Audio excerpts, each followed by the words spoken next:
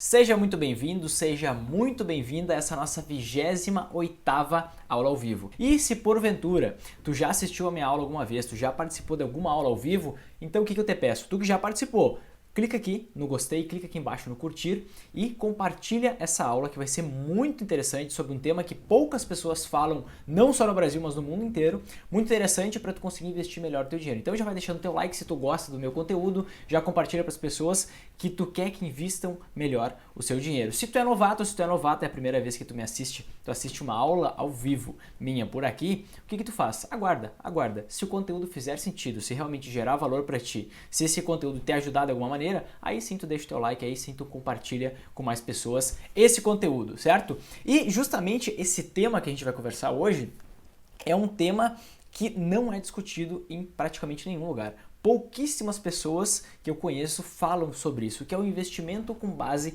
em projeções, em expectativas, em previsões. Na verdade, 9 em cada 10, talvez até mais do que 9 em cada 10 investidores, eles têm uma expectativa sobre um cenário que vai acontecer lá na frente e eles investem com base nessa expectativa. Ou seja, são investidores que tentam formar uma bola de cristal aí, tentam olhar como que vai acontecer as coisas daqui para frente, tentam adivinhar o futuro e investem com base nisso. Só que essa é a pior maneira de investir o teu dinheiro. Investir com base em projeções, investir com base em expectativas, sejam as expectativas do próprio investidor, sejam as expectativas de outras pessoas, de profissionais, é furada. E eu vou te provar, eu vou te mostrar tudo isso justamente aqui nessa aula. Porque saindo aqui dessa aula, para tu te formar realmente um investidor melhor, tu vai ter que parar de investir com base em projeções, porque tem 90% de chance ou mais de que hoje tu invista o teu dinheiro com base no que tu acredita que vai acontecer ou com base no que tu leu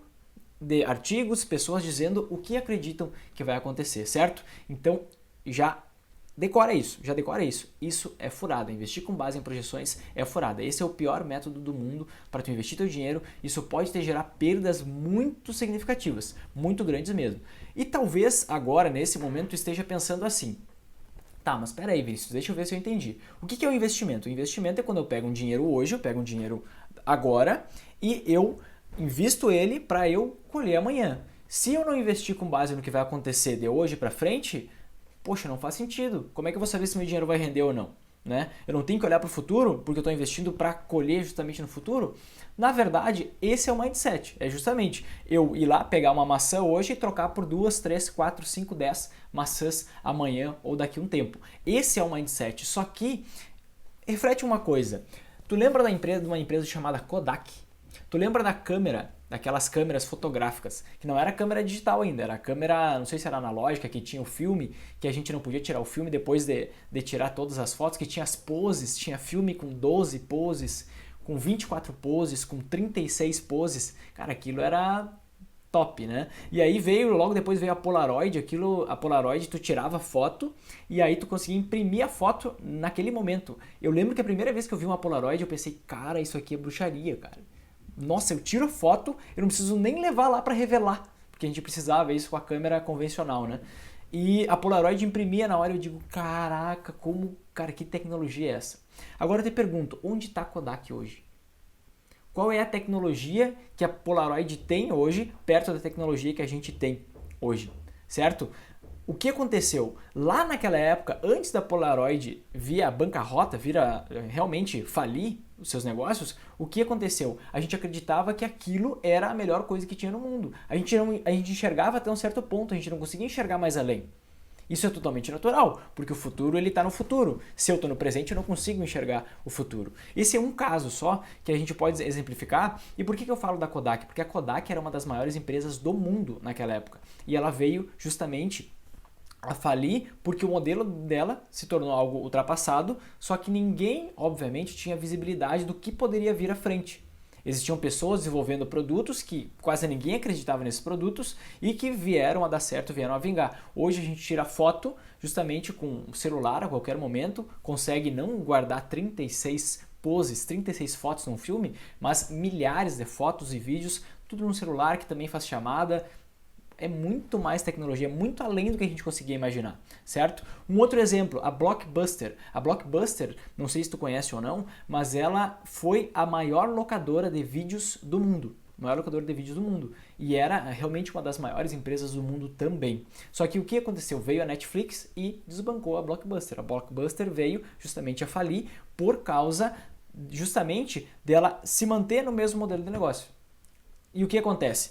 Antes da Blockbuster vir a falir, antes da Netflix surgir, ninguém tinha visibilidade que isso ia acontecer. Tinha muita gente aportando milhões de dólares, bilhões de dólares investindo na Blockbuster. Por quê? Porque a gente não tem visibilidade sobre o futuro. Aí, será que faz sentido? Mesmo que faça sentido o quê? Eu investi meu dinheiro hoje para colher no futuro, faz sentido eu investir com base no que vai acontecer amanhã?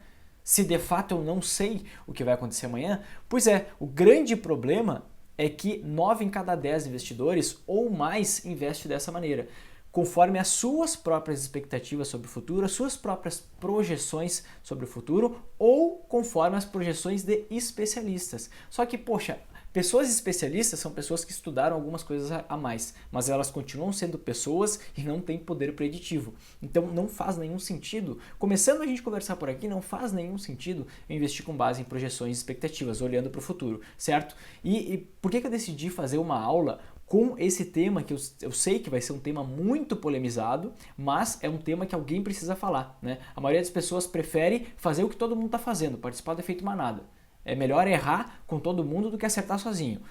A minha ideia é justamente o contrário. Eu estou aqui para falar justamente o que eu faço, o que me garante bons resultados, e é justamente eu não vou me calar por eu não estar me enquadrando dentro do que todo mundo fala. Muito longe disso. Eu vou te falar aqui exatamente o que eu faço, por que eu faço e por que isso me dá resultados tão bons, certo? E eu decidi fazer um vídeo com esse tema justamente porque eu recebo muitas perguntas. Até anotei algumas perguntas aqui que me fizeram nos últimos dias no Instagram. Uma delas foi: o que tu acha sobre a taxa Selic? Cai mais?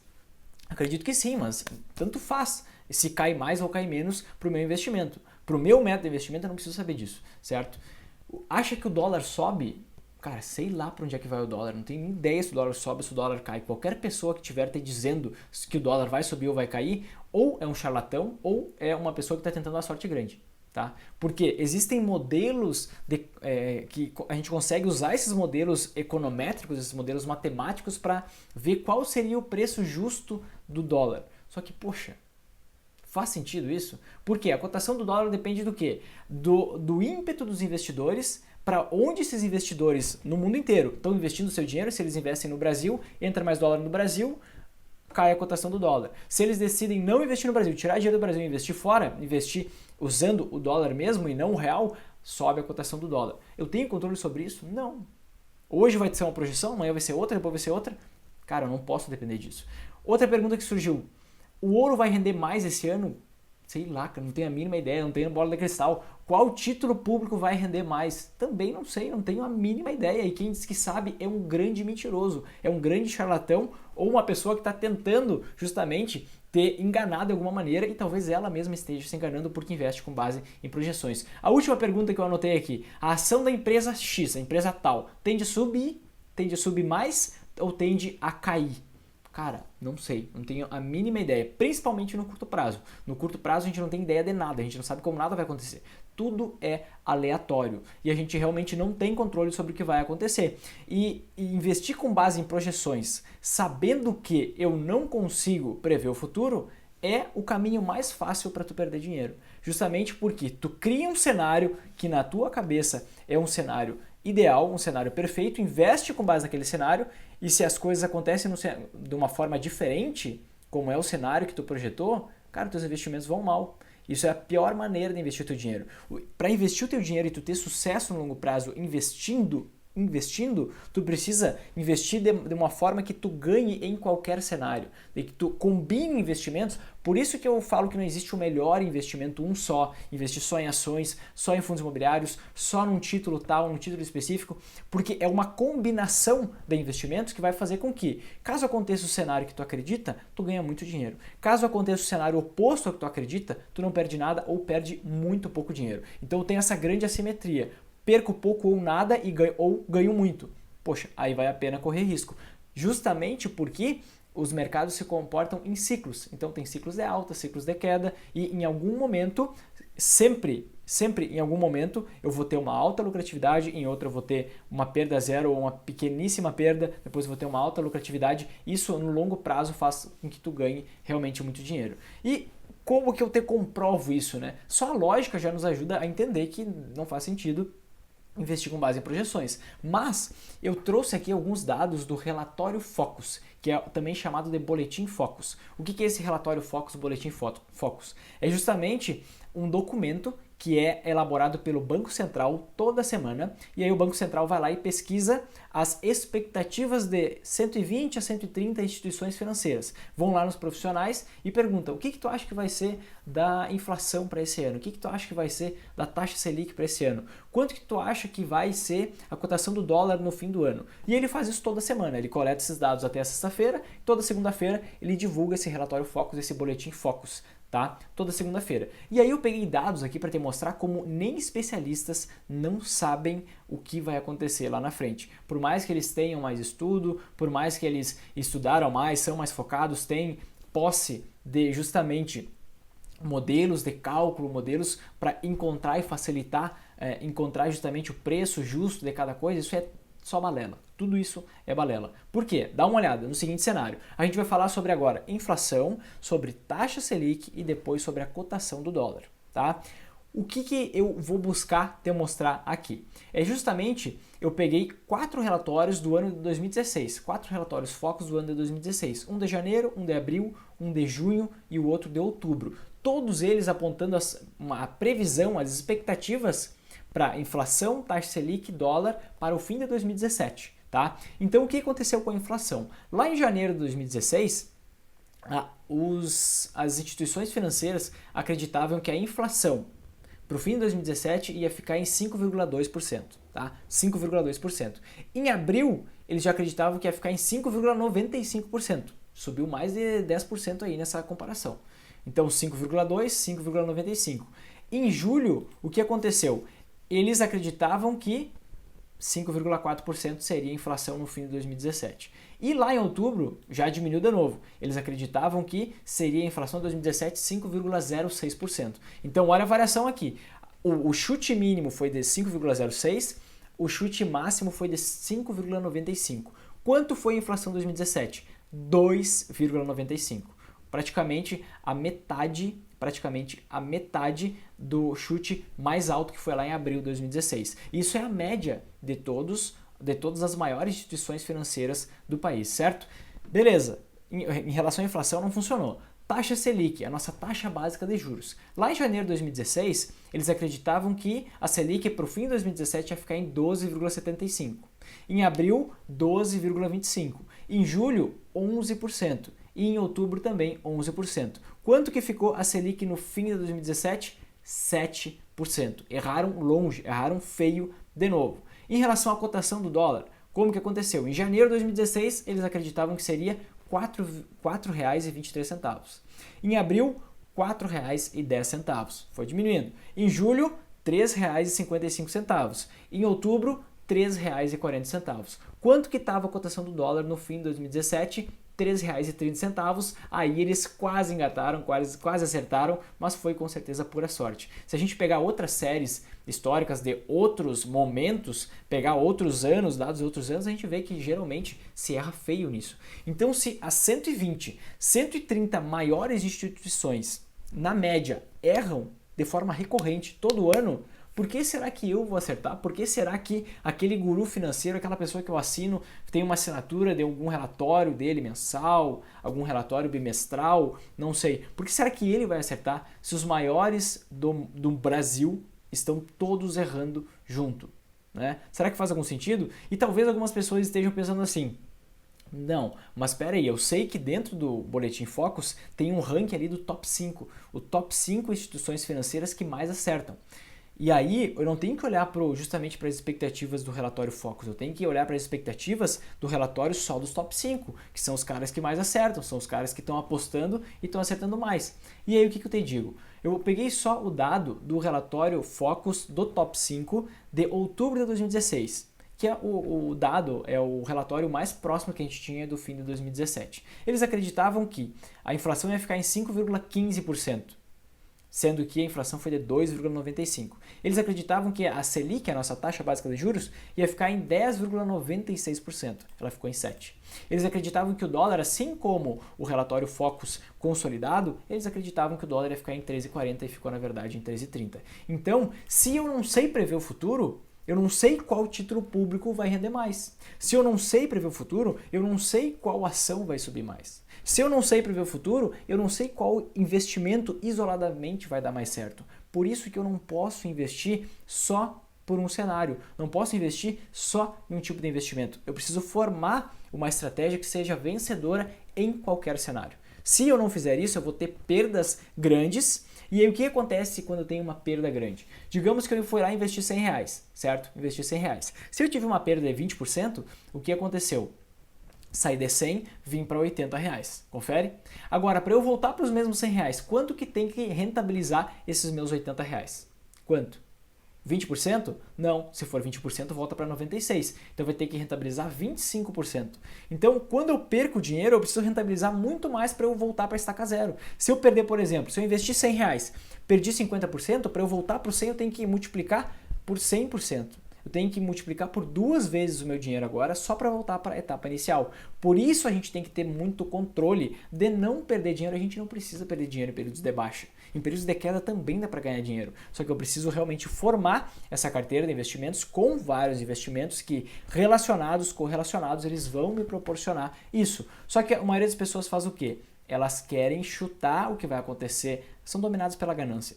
Elas querem chutar o que vai acontecer lá na frente, elas criam expectativas e aí elas criam modelos matemáticos que justifiquem essa opinião que já foi tomada, que eu acredito que a taxa Selic vai ser 11% até o fim do ano que vem.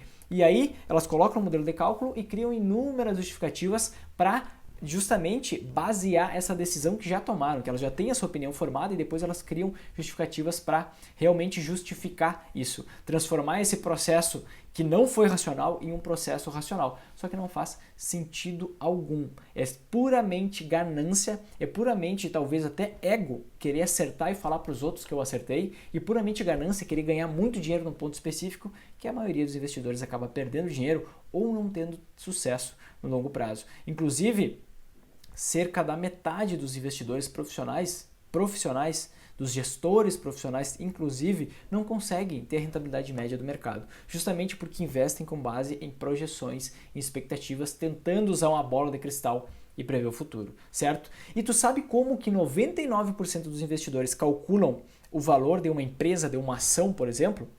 Como que as pessoas calculam qual... Porque tem muito o que se diz, né? Eu tenho que comprar algo que vale mais por um preço menor. E aí, o que a maioria dos investidores faz? Eles calculam qual seria o valor ideal de uma determinada ação, com base em um modelo matemático, tá? E aí, se o preço da ação tiver menor do que esse valor real, esse valor ideal, eles vão lá e investem na ação e esperam chegar até nesse valor ideal. Só que o que acontece? Qual é o modelo mais utilizado? É o modelo chamado de fluxo de caixa descontado. O que é esse fluxo de caixa descontado? Vamos descomplicar isso. Basicamente é uma conta que eu faço em que eu vou projetar quanto que vai ser o fluxo de caixa da empresa para os próximos 5 anos e depois eu vou projetar qual que vai ser o fluxo de caixa da empresa pela perpetuidade, ou seja, para sempre depois dos 5 anos. E tem inúmeros problemas nessa conta. Primeiro, eu não tenho como prever o futuro. Como que eu vou saber qual é o fluxo de caixa de uma empresa daqui a um ano? A gente já viu que os economistas mais renomados do mundo, do Brasil, eles não conseguem acertar qual a inflação e a taxa Selic. Não porque eles são ruins, simplesmente porque eles estão no presente e não estão no futuro. Como que algum investidor, por mais crânio, por mais inteligente, por mais iluminado que seja, ele vai conseguir adivinhar qual vai ser o fluxo de caixa de uma empresa 1 ano depois, 2 anos depois, até 5 anos depois daquele momento? E a perpetuidade? Cara, a Kodak era uma ótima empresa até 2, 3 anos antes dela vir a falir. A Blockbuster ela é gigantesca até 2, 3 anos depois, antes dela justamente vir a falir. Além disso, além de eu ter que projetar o fluxo de caixa de uma empresa para daqui 1, 2, 3, 4, 5 anos e para perpetuidade, que eu nem sei se essa empresa vai sobreviver, o que eu tenho que levar em conta em toda essa estrutura de cálculo? A taxa de juro livre de risco, ou seja, a taxa de juro, que no nosso caso, qual é a taxa de juro livre de risco? É a taxa de juro americana, dos Estados Unidos. Ela é considerada justamente por ser a maior economia do mundo, a economia mais estável do mundo, é justamente considerada a taxa de juros livre de risco. Isso significa que se eu emprestar dinheiro para o governo americano, se eu investir num título público americano, eu estou praticamente livre de risco. Então eu tenho que levar isso em consideração para 1, 2, 3, 4, 5 anos e para perpetuidade. Eu também tenho que levar em consideração qual que vai ser a taxa de juros aqui no Brasil. Só que, poxa, não tem como eu saber qual vai ser a taxa de juros aqui no Brasil daqui 1, 2, 3, 4, 5 anos, muito menos para perpetuidade. Então, se eu não tenho, é tudo com base em expectativas. Aí o Vinícius vai lá e vai fazer o cálculo, ele chuta que a taxa de juros americana vai ser de 1%, a taxa de juros do Brasil vai ser de 5% na média, e que a taxa média de crescimento de uma empresa vai ser de 1% ao ano. Aí vai lá o Joãozinho, ele coloca outros números, ele vai achar outro valor totalmente diferente. Principalmente porque esse cálculo é feito não só para os 5 anos, mas é feito para perpetuidade.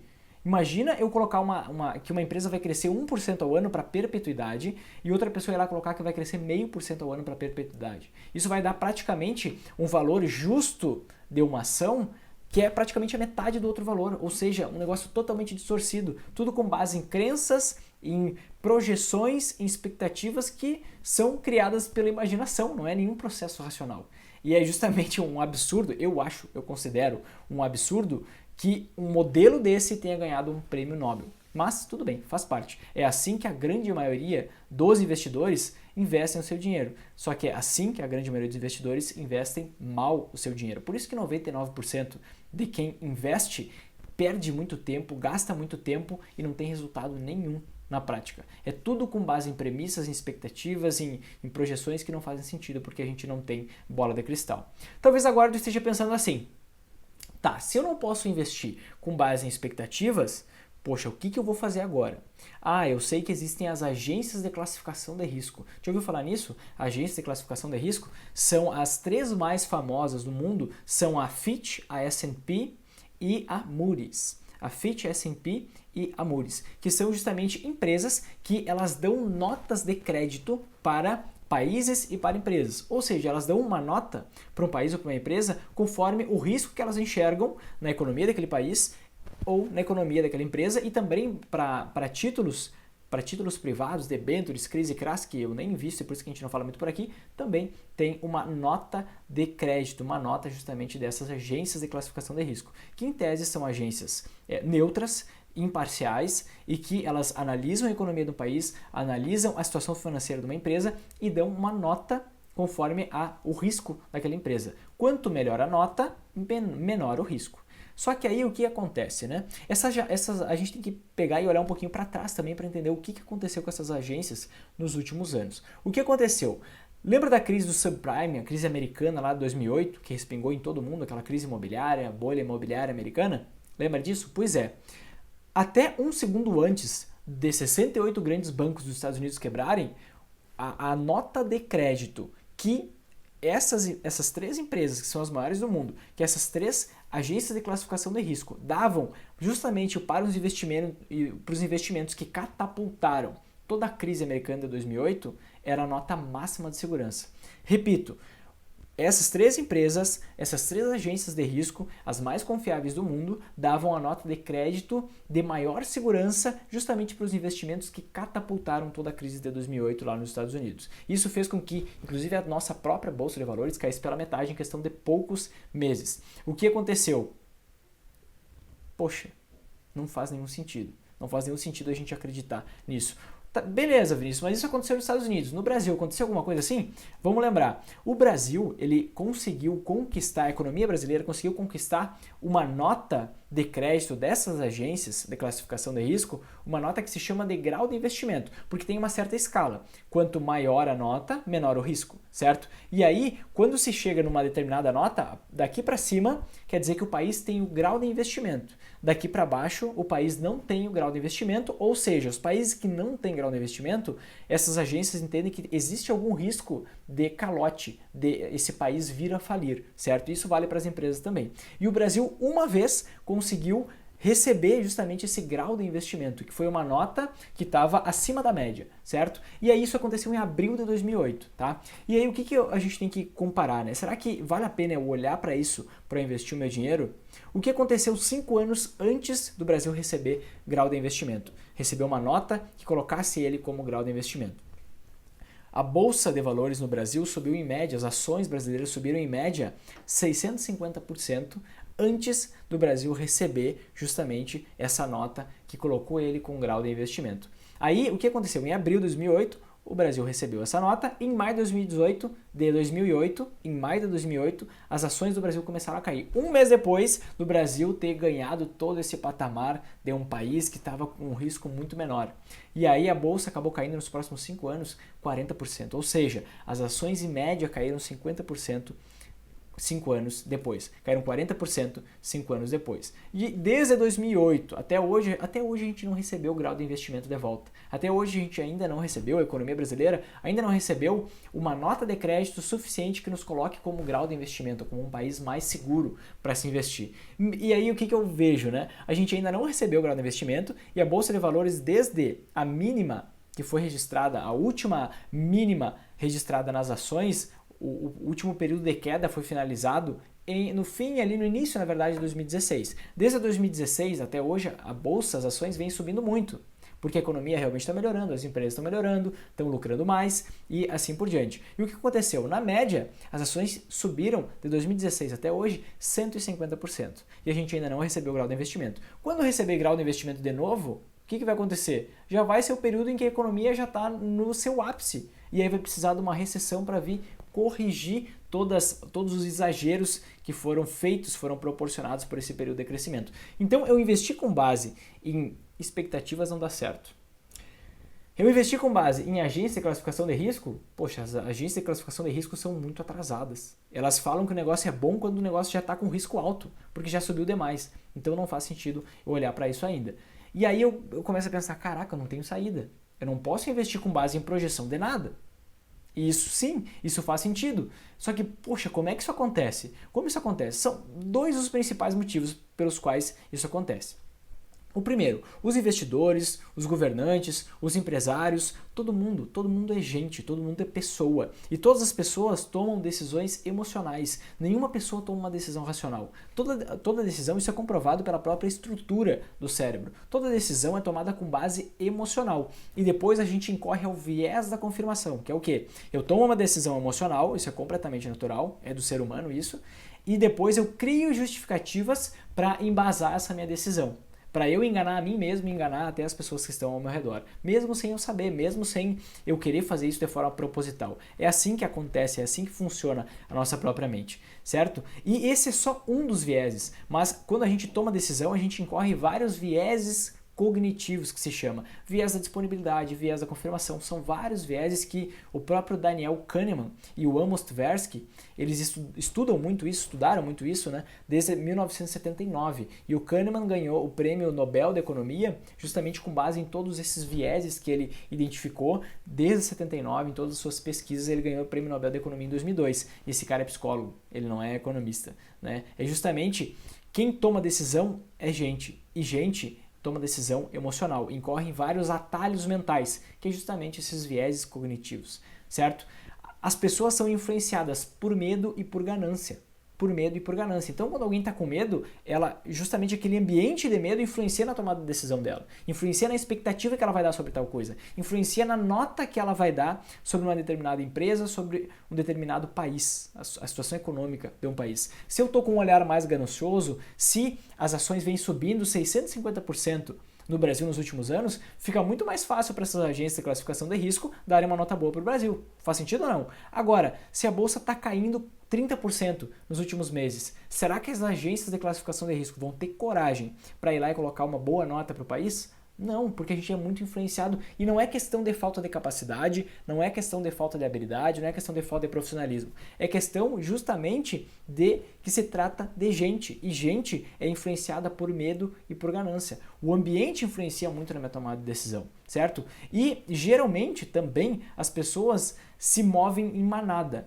Esse é o chamado efeito manada, é um dos vieses cognitivos também. A maioria das pessoas elas preferem errar acompanhadas do que acertar sozinhas. Ou seja, se eu tenho uma determinada opinião e essa opinião é muito diferente da maioria, a maioria das pessoas não tem a coragem de seguir em relação. A maioria das pessoas não tem coragem de dizer o que elas pensam. Elas preferem agir, se comportar e falar o que a maioria das outras pessoas acreditam. Por quê? Porque se eu estou falando algo que vai contra o que a maioria pensa, isso parece que eu sou errado, parece que a maioria, como é a maioria que pensa assim, faz mais sentido, né? Parece que, poxa, só eu penso assim, não, isso aí deve ser besteira da minha cabeça. Quantas vezes tu já pensou assim? Tira o foco de finanças, tira o foco de investimentos na tua própria casa. Quantas vezes tu já pensou uma coisa totalmente diferente do que a maioria pensava, em algum momento chegou e parou assim, pá, isso é coisa da minha cabeça, para. Aqui eu aprendi assim, a minha família me ensinou assim, é assim que tá certo. Por quê? Porque a gente é muito influenciado pelo poder da manada, pelo poder das pessoas. Se tem muita gente fazendo uma determinada coisa, até tem um estudo bem interessante que foi feito na década de 60, que colocaram uma pessoa olhando para cima assim, só olhando para cima e ficavam reparando o que as pessoas que passavam por ali faziam. O que as pessoas passavam por ali faziam. E aí ficou uma pessoa olhando e um determinado percentual de pessoas também parou para olhar. Agora, aí colocaram 5 pessoas paradas olhando para cima, pro nada, não tinha nada acontecendo. Mais pessoas começaram, que estavam cruzando ali, começaram a parar e olhar para cima também. E aí, depois colocaram 25 pessoas paradas olhando todas para o mesmo lugar. Cara, todo mundo que passava por ali parava e olhava para lá também. Isso confirma o quê? Que justamente esse poder do efeito manada. Se tem muita gente fazendo alguma coisa, a gente infere que, poxa, tem muita gente fazendo. Se tem muita gente fazendo, as pessoas são inteligentes, são racionais. Então aquilo ali deve fazer sentido. E aí a maioria das pessoas não tem coragem de falar, inclusive, o que pensa. E a gente passa por isso em própria situação de vida que não tem nada a ver com finanças, né? E só que isso acontece também com pessoas que têm formações, que têm títulos, economistas, financistas, profissionais do mercado financeiro. Esse é o primeiro motivo. O segundo motivo pelo qual não tem como justamente a gente investir com base em projeções que não faz nenhum sentido, investir com base em projeções, sejam as minhas, sejam projeções de especialistas, sejam as notas de classificação de risco das próprias agências que são responsáveis por isso, é porque ocorrem vários cisnes negros no mercado financeiro. E tanto no mercado financeiro, quanto na política, quanto na economia, em tudo. Em tudo que se refere à vida, em tudo que se refere ao mundo, existem vários cisnes negros. O que são cisnes negros? São eventos, são acontecimentos, são situações raros, imprevisíveis e de alto impacto. A nossa vida, na verdade, ela não é governada, ela não é linear, né? A maioria das pessoas acredita que a nossa vida é linear, que uma coisa vai acontecendo após a outra e a gente vai construindo isso numa escala linear, ou seja, vai crescendo como se fosse uma linha reta. Só que, na verdade, grande parte dos acontecimentos, eles são eventos raros, imprevisíveis e de alto impacto. Isso a primeira pessoa que tratou disso é um cara chamado Nassim Taleb, que ele trata isso no livro A Lógica do Cisne Negro e depois ele melhora essa explicação no livro chamado Antifrágil, ambos livros excepcionais. Que justamente o que acontece? A vida ela não melhora, por exemplo, numa linha reta. Por exemplo, a gente está numa situação ruim, está desempregado, daqui a pouco está empregado. E aí começa a melhorar, ganha um aumento salarial, ganha uma promoção, melhora, daqui a pouco vem uma crise e a gente fica desempregado. Sabe, esse é somente um cenário. Na tua vida amorosa pode ser a mesma coisa. Na tua vida profissional pode ser a mesma coisa. Na tua vida pessoal pode ser a mesma coisa. Com amigos pode ser a mesma coisa. Com negócios pode ser a mesma coisa. Mas a nossa vida, ela evolui com saltos, em saltos.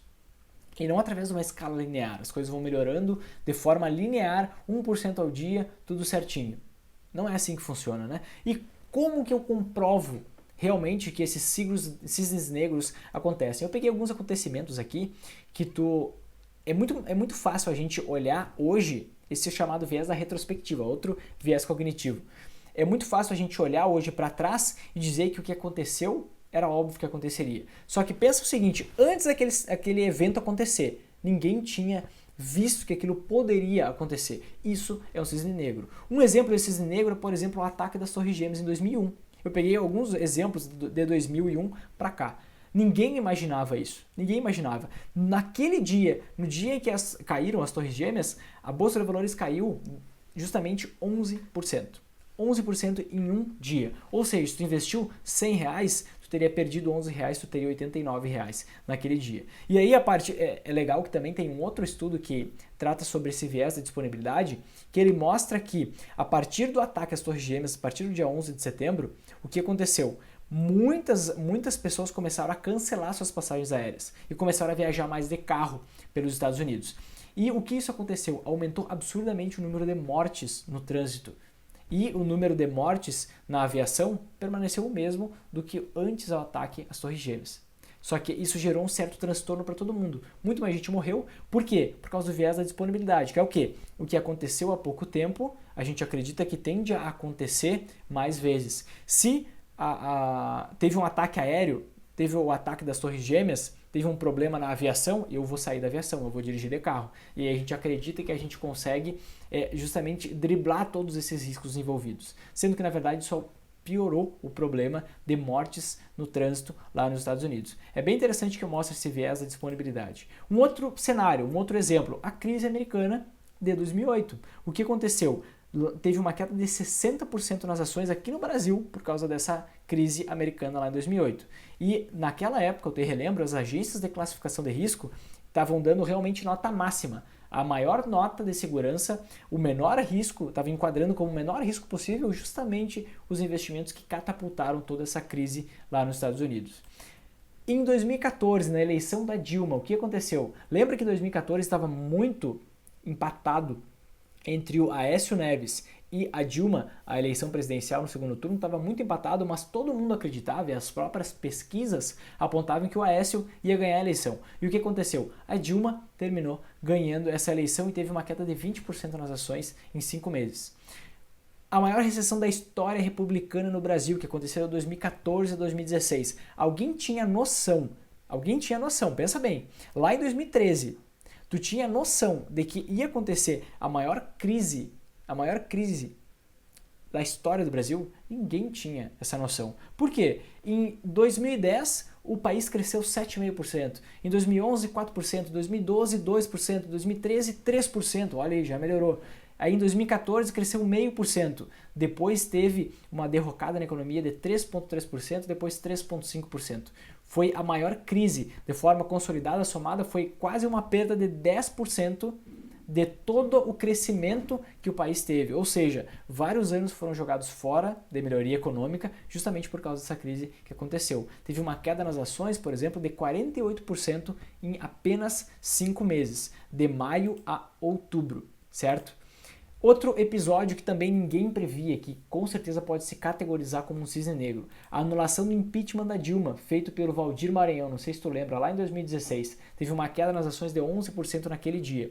A própria eleição do Trump em 2016, era certo que a Hillary Clinton ia ganhar a eleição, todo mundo falava isso, as pessoas debochavam da candidatura do Trump, só que ele foi lá que acabou ganhando a eleição. Isso gerou um grande estresse também na economia.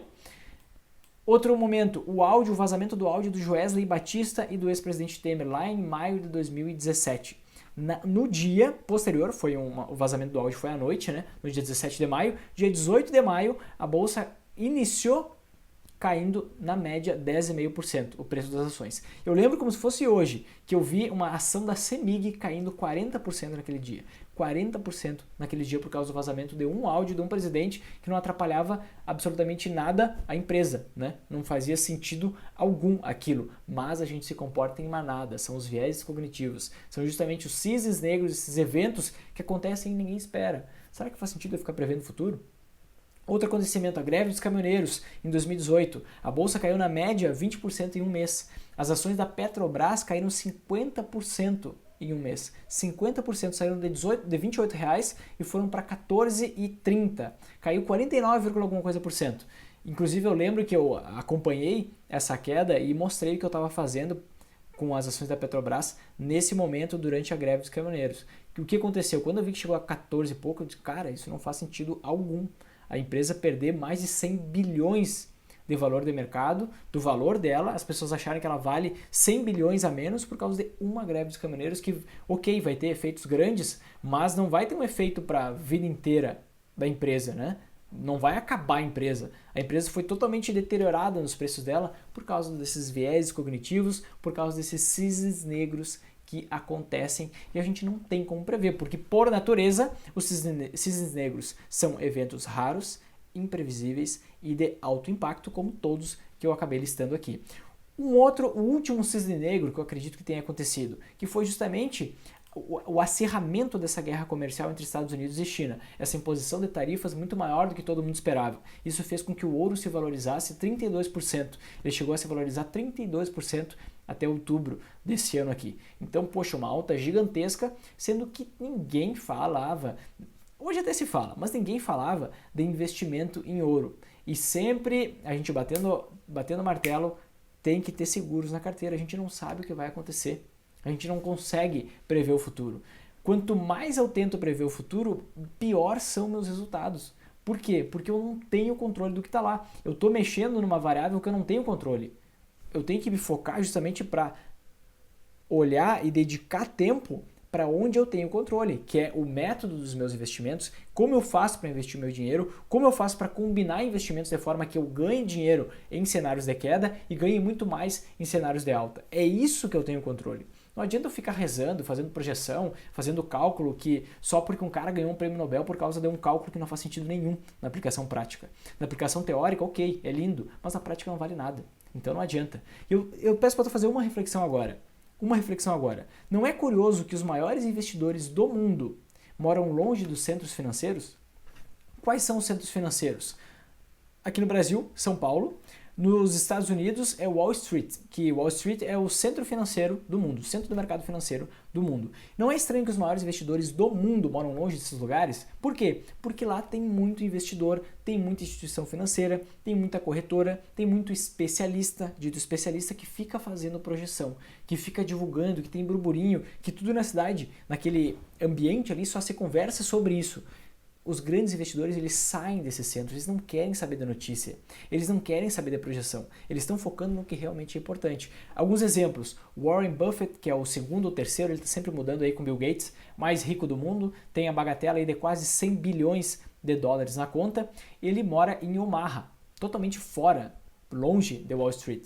O Seth Klarman, ele morou em Boston há muito tempo. Philip Fisher morava em São Francisco, onde hoje vem a ser o Vale do Silício. O Howard Marks, ele morava em Los Angeles, totalmente distante de Wall Street. O próprio Peter Lynch, que foi um dos maiores investidores e um dos investidores que eu mais admiro de todos os grandes investidores que existem. Ele era um cara, olha que top a história dele. Ele geriu o fundo da Fidelity Magellan, que de 77 a 1990, de 1977 a 1990. E ele teve um retorno médio de 29% ao ano. Essa foi a rentabilidade média dele, certo? E ele, quando ele entrou na gestão daquele fundo de investimento, ele geria 18 milhões de dólares. De tão bons que estavam sendo os resultados dele, ele conseguiu captar 14 bilhões de dólares. E quando ele realmente chegou e entregou o fundo de investimento, ele resolveu parar de trabalhar, resolveu entregar para outro gestor administrar aquele fundo,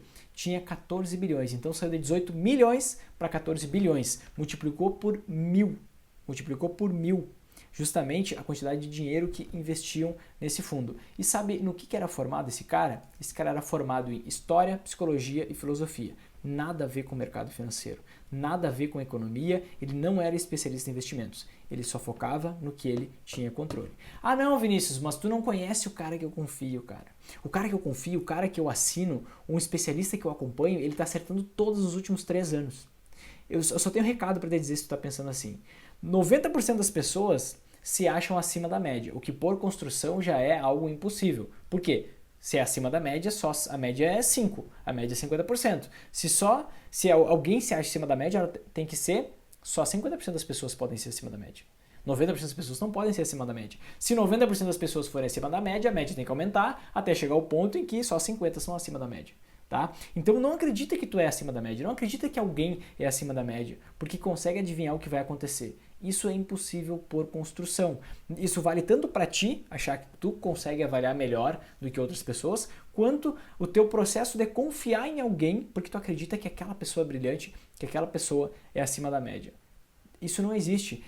Imagina só quantas milhões de pessoas têm informação relevante, trabalham em centros financeiros, justamente estão estudando isso dia e noite, dormem muito menos, respiram o mercado financeiro e tu acredita que um cara que tu confia ou que tu mesmo vai conseguir prever o futuro melhor do que essas pessoas? Na verdade é que não. Todo mundo erra junto. Enquanto tu tentar adivinhar o futuro e prever o futuro, tu vai investir mal o teu dinheiro. Tu vai perder tempo para investir o teu dinheiro. Tu vai focar só no negócio que tu não tem controle. Tu vai ficar com ansiedade na hora de investir, tu vai ser sempre medroso, tu vai ser sempre medrosa na hora de investir e toda decisão que tu tomar tu vai te arrepender depois. Se realmente deu certo o teu investimento, tu vai pensar, meu Deus, eu deveria ter investido mais, eu investi pouco dinheiro e esse negócio subiu 100%. Se tu perder dinheiro, tu vai pensar, caraca, eu não devia ter feito isso, cara, eu fiz uma análise errada, o que eu errei? Aí tu começa a projetar a análise de outra coisa. Não faz sentido nenhum olhar e investir com base em projeções. O que a gente precisa entender? Resumo de tudo que a gente conversou aqui nessa aula de hoje, que é uma aula que tu não vai encontrar em nenhum outro lugar, nenhuma outra plataforma, porque ninguém fala disso. Tu precisa entender que o futuro é imprevisível e sempre vai ser. Tu não tem controle sobre isso, nem influência. Segundo, não fica tentando entender o mundo e colocar toda a complexidade do mundo em uma planilha de Excel. Quem toma as decisões de investimento de um fundo de investimento é um cara que está lá pensando que talvez ele brigou com a esposa, talvez ele dormiu mal e com base nisso e em algumas outras coisas ele tomou uma decisão de investimento. E aí muda totalmente porque ele é um player grande do mercado, ele é um grande investidor, ele tomou uma decisão e talvez esse cara seja alguém que decida a taxa de juros de um país, talvez esse cara seja alguém que realmente decida investir tantos bilhões numa determinada ação que tu acreditava que ia cair. Enfim, tudo são pessoas e as pessoas são influenciadas por N coisas. Talvez o cara dormiu mal, se separou e ele foi lá e tomou uma decisão meio brabo, meio pé da vida e pronto. A partir daquilo muda toda a história. Além disso, tem os cisnes negros. Acontecem coisas que ninguém tem controle. São eventos raros, imprevisíveis e de alto impacto. A gente tem que entender que a gente tem que se beneficiar do ambiente de incerteza. Todo o ambiente, o futuro, ele é incerto, ele é opaco. É incerteza pura. Ao invés de eu tentar transformar a incerteza numa certeza, o que é impossível por construção, o que eu tenho que fazer? Aprender a me beneficiar desse ambiente de incerteza. A eu ganhar em todos os cenários. Eu não vou ser ganancioso a ponto de querer dar uma grande porrada, uma grande tacada em um momento. Eu tenho que aprender a investir meu dinheiro com 30 minutos por mês, de forma que eu me beneficie e ganhe dinheiro em qualquer cenário, seja de alta, seja de queda. Com isso eu preciso combinar investimentos. Eu não posso querer procurar qual o melhor investimento que vai render mais agora. Isso aí é coisa de fracote. Desculpa ter falar isso, mas isso é coisa de quem não vai seguir na rota da riqueza. É de quem vai ficar torrando tempo, torrando dinheiro, torrando sua situação mental, torrando sua saúde, inclusive, querendo investir melhor seu dinheiro. Está focando no lugar errado. A gente realmente, essa é a única maneira, esse é o único jeito de tu ganhar dinheiro investindo no longo prazo, certo? Não tem outra saída. E agora eu te pergunto, até esse momento tu investia com base em expectativas, tu procurava especialistas, profissionais para te ajudarem e te darem essas projeções para tu investir o teu dinheiro? Tu já tinha alguma vez ouvido falar em um tipo de análise que não fosse com base em expectativas? Deixa teu comentário aqui embaixo para eu saber realmente se eu estou conseguindo te passar a mensagem certa. E por fim, chegamos ao fim dessa aula. Se tu realmente curtiu, se fez sentido para ti, o que eu te peço agora? Clica aqui embaixo, clica no curtir, clica no gostei, se tu realmente curtiu e gostou dessa aula. E aproveita e compartilha para aquelas pessoas que tu sabe que investem e elas confiam, elas leem, elas ficam sempre atrás de projeções de especialista, sempre atrás de encontrar a pessoa que vai dar a recomendação certa, de encontrar o investimento que vai ser o melhor daqui para frente. Para de olhar para o futuro. Esquece o amanhã, tu precisa de um método e tu precisa, com esse método, concentrar no que é importante, no que tu tem controle, no que tu tem influência e esquecer o resto. Com base nesse método, tu tem que gastar pouco tempo. Pouco tempo. Se tu gastar muito tempo para investir o teu dinheiro, tu não está focando só no que é importante, tu está focando em detalhinho que não vai melhorar em nada a tua vida. Só vai te dar ansiedade, preocupação, medo e arrependimento. Só isso. Então, pega e compartilha, manda nos grupos do WhatsApp, manda na tua família, manda para aqueles teus amigos que dizem que o dólar vai chegar a R$5 no fim do ano, que o Bitcoin é um negócio do futuro, que os títulos públicos não valem nada, ou que o negócio é investir na ação da empresa X. Quem tem muita certeza num ambiente de incerteza são as pessoas que mais vão se dar mal. Então pega e compartilha esse vídeo com essas pessoas e também com aquelas pessoas que estão buscando investir melhor o seu dinheiro, encontrar maneiras de investir melhor o seu dinheiro. Tu não precisa, repito, reforço sempre, 30 minutos basta. Tu não precisa mais de 30 minutos por mês para investir o teu próprio dinheiro. E a hashtag dessa nossa aula de hoje, eu vou colocar aqui no bate-papo, é hashtag esquece o amanhã. Esquece o amanhã. Por quê? Para de focar em notícia, para de focar em projeção. Cara, foca no que é importante, 30 minutos por mês para investir o teu dinheiro e vai viver a tua vida. Isso é muito melhor do que tu ficar um rato de laboratório, vendo projeção, planilha, estatísticas. Isso não vai dar certo. Isso não te beneficia em nenhum sentido, de nenhuma maneira. Certo, gente? Então é isso. Foi um prazer estar aqui com vocês hoje. Um grande abraço e até mais.